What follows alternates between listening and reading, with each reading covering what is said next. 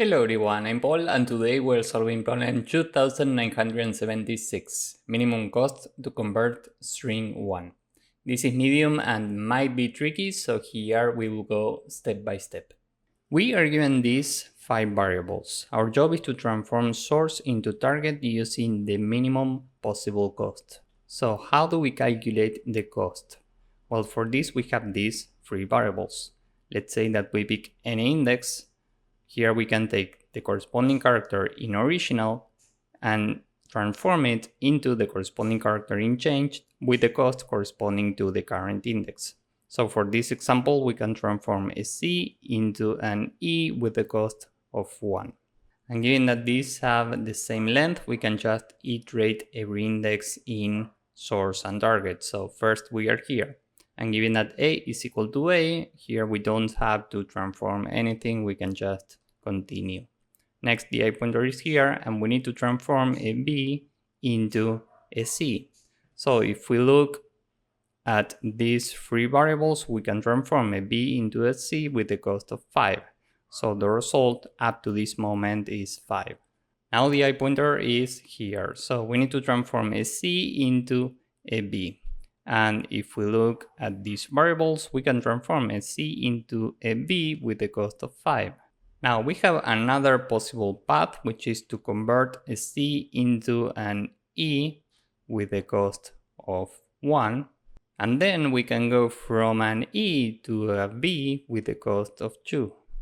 And given that we are trying to find the minimum cost to transform the source into the target, we can keep this path.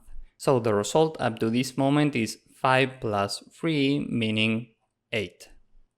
Now we are at the last index. We need to transform a D into an E. So we check our variables here and we can do this with the cost of 20. So we add 20 to the result, and this happens to be the minimum cost to go from source to target. So finally we return this. Now remember that if we can't convert source to target, we need to return -1 instead. This means that if we need to convert a character and we don't have the required information in these 3 variables, we just return -1. Now let's step back for a moment. Let's say that we are standing here again. We need to convert a C into a B.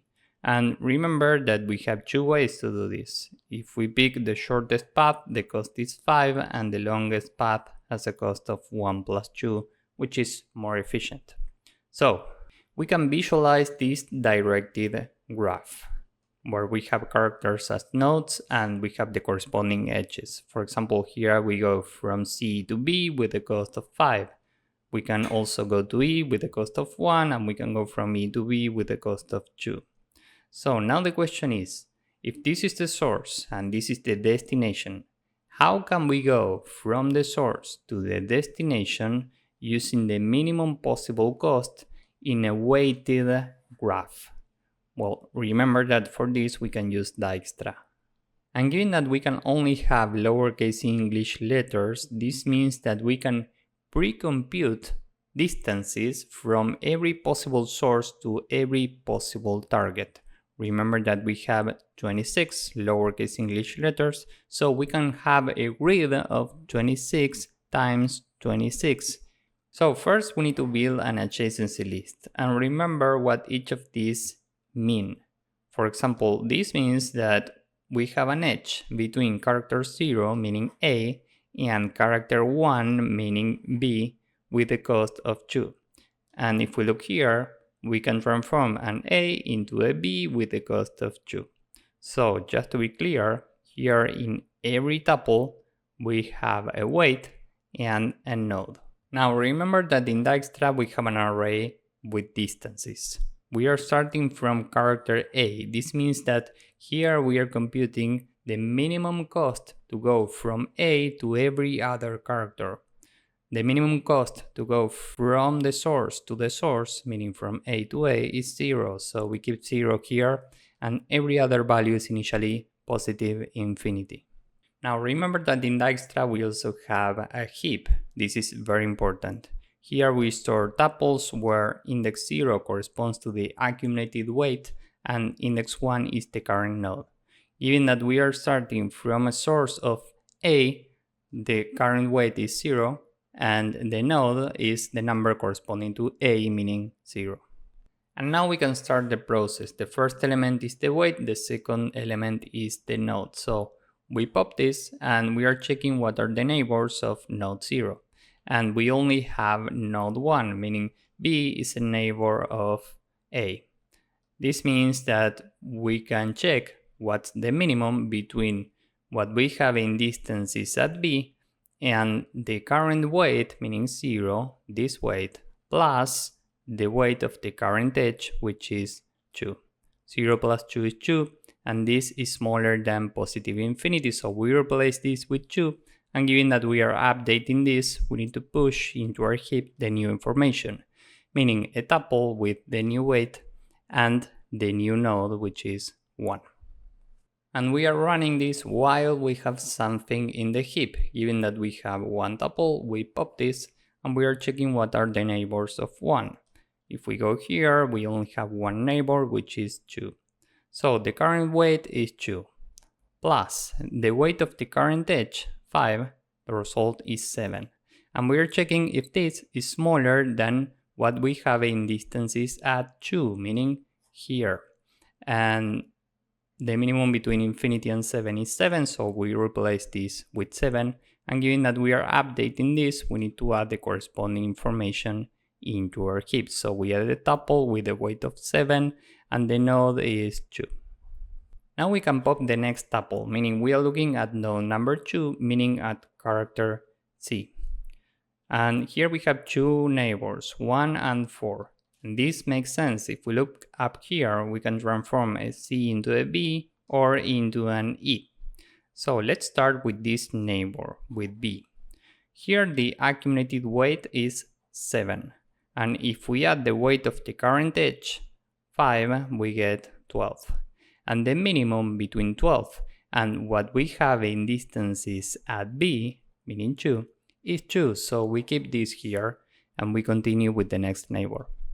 Next, we are at this neighbor, 4, meaning we could transform a C into an E. So the current weight up to this moment is 7. And if we add the weight of the current edge, 1, we get 8. And now we are checking what's the minimum between what we have in distances at 4, meaning here, this corresponds to E, and this number. Remember that this is initially positive infinity and the minimum between this and 8 is 8. And given that we are updating this array, we need to add the tuple with the corresponding information, the new weight and the corresponding node, which is 4.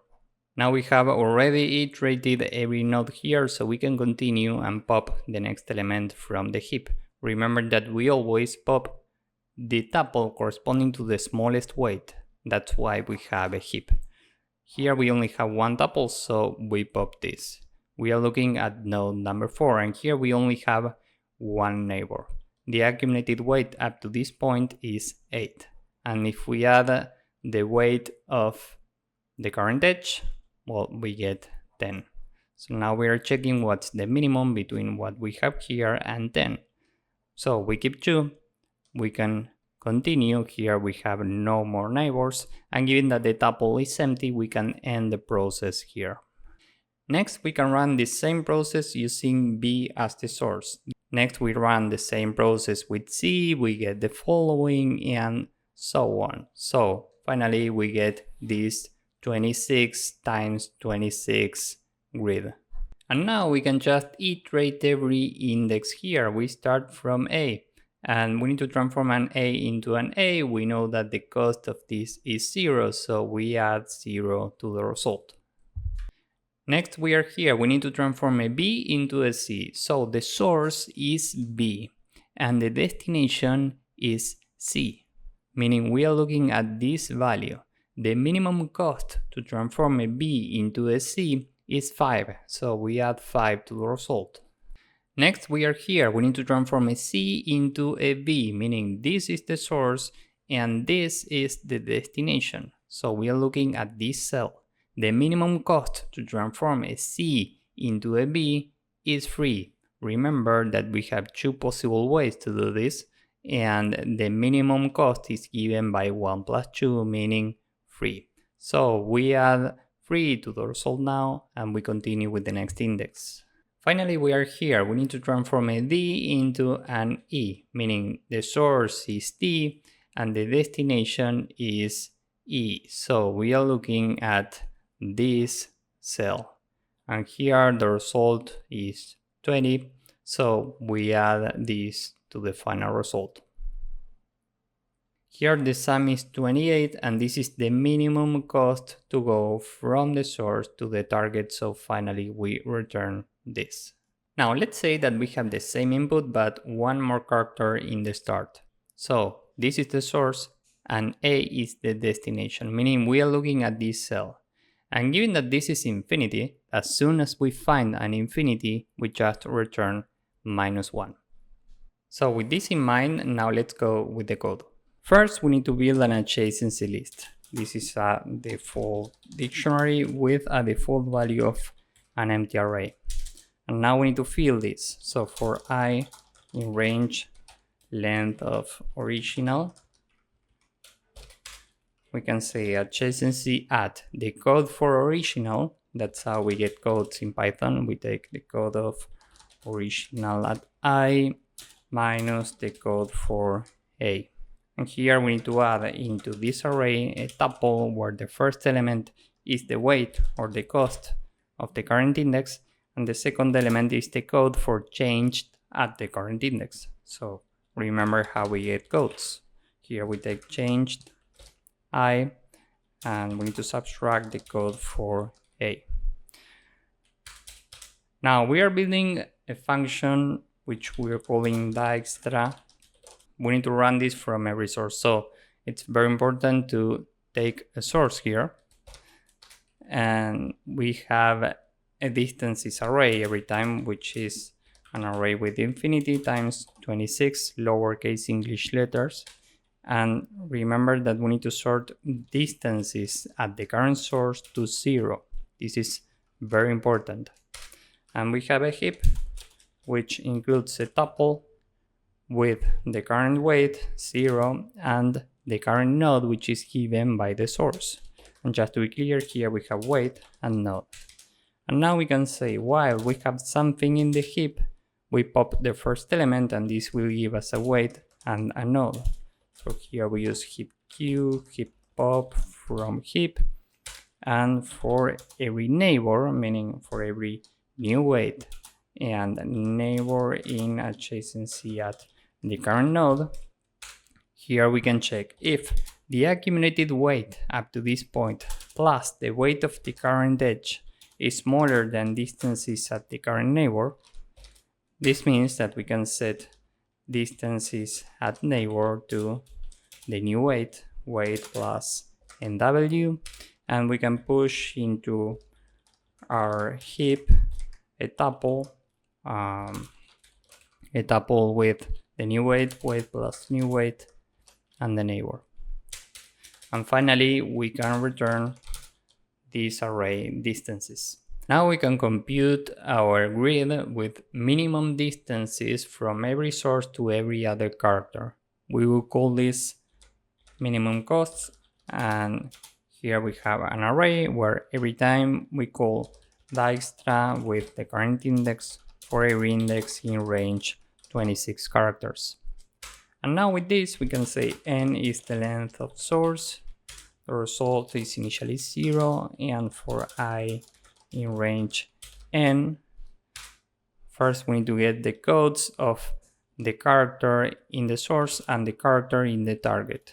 Remember how we do this. We take the code of source I minus the code for A, and here we take the code of target I minus the code for A.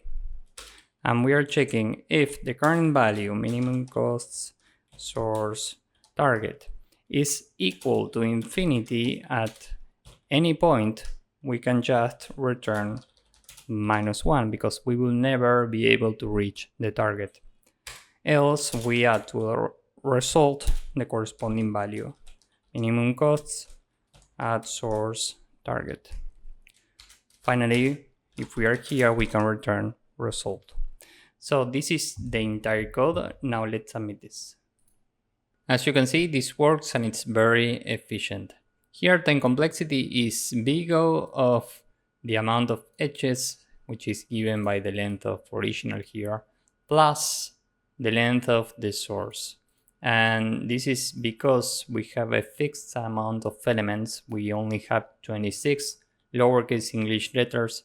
So overall time complexity is big O of edges plus the length of source, and space complexity is big O of the amount of edges because we need to build this adjacency list.